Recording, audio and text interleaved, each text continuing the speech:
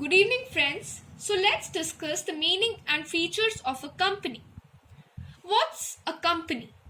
A company or a joint stock company is an entity incorporated by a group of persons through the process of law for undertaking a business.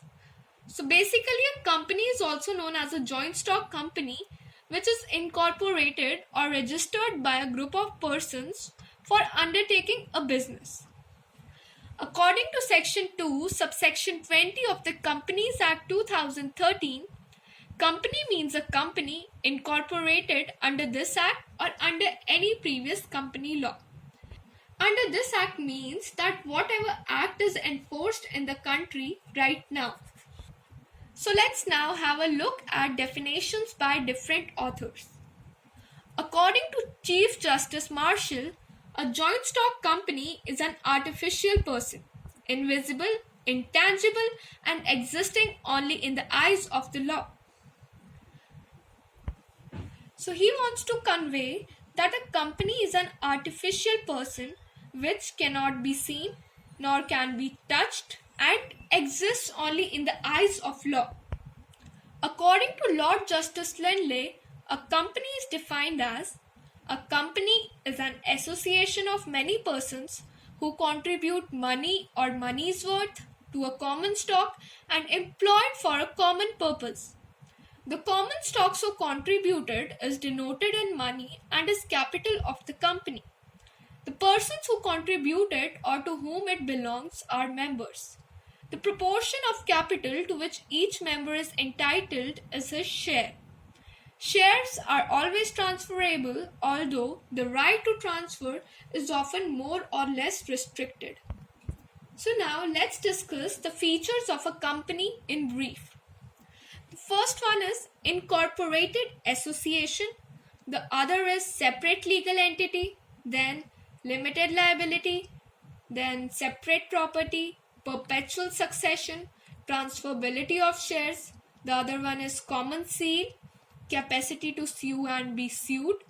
A company is not a citizen. So the first feature of a company is that it has an incorporated association. A company comes into existence on incorporation or registration under the Companies Act. A joint stock company may be incorporated under the Act either as a private or a public company.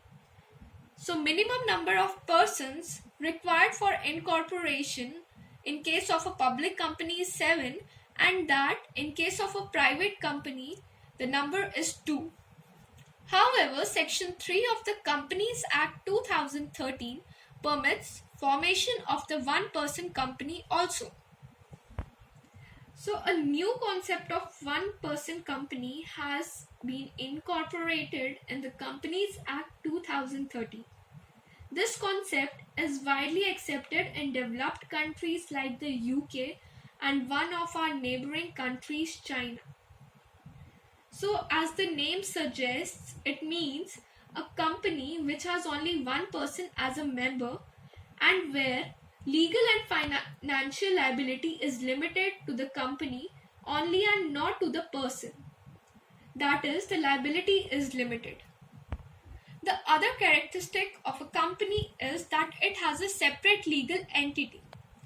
A company is an artificial person having a legal entity separate from its shareholders. The company has the right to own property and the right to transfer the property. The property of the company is not the property of the shareholders. The company can sue and be sued in its own name by its members as well as outsiders. So, here the right to transfer the property and the right to own the property is given to a company as it is an artificial person and it has its own separate legal entity. The third characteristic of a company is that it has limited liability. Limited liability means you have to pay as much as you have agreed to pay. Unlimited liability means you have to pay as much as you owe. So it is the liability of a member to a company which is limited. The company's liability is always unlimited. Limited liability of members is another most important characteristic of a company. The another characteristic of a company is that it has separate property. So, a company is capable of owning, enjoying and disposing of the property in its own name. It is a consequence of the fact that the company is a legal person. Also, the property of the company will not be considered as the joint property of the members constituting the company, as I told you earlier. A member does not even have an insurable interest in the property of the company. So the fifth one is perpetual succession. Under Section 9 of the Companies Act 2013, it is an entity with a perpetual succession, that is, its existence is not affected by the death, lunacy or bankruptcy of its members or shareholders. Members may come and members may go, but the company goes on forever. The life of a company comes to end only by winding up through the process of law. The next characteristic of a company is transferability of shares. Under Section 56 of the Companies Act 2013, the shares of a company are freely transferable and can be sold and purchased in a share market. That means the capital of the company is divided into shares. The shares of the company are freely transferable by its members. A shareholder is free to withdraw his membership from the company by selling his shares.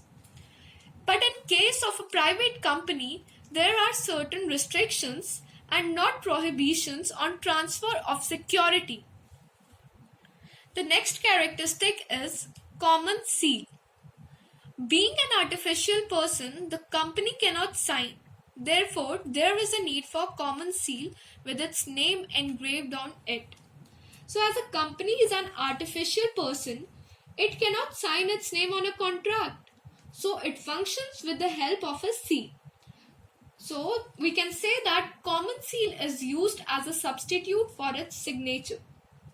But with effect from 29 May 2015, the word common seal have been omitted from Section 9. Now the use of common seal is optional and not mandatory. So the next point is capacity to sue and be sued. On incorporation, a company acquires a separate and independent legal personality, as we discussed earlier. So as a legal person, it can sue and be sued in its own name. So the last point is that a company is not a citizen. A company is a legal person but artificial in the eyes of law. It can hold property and can sue and be sued in its own name, but unlike a natural person, it cannot acquire citizenship.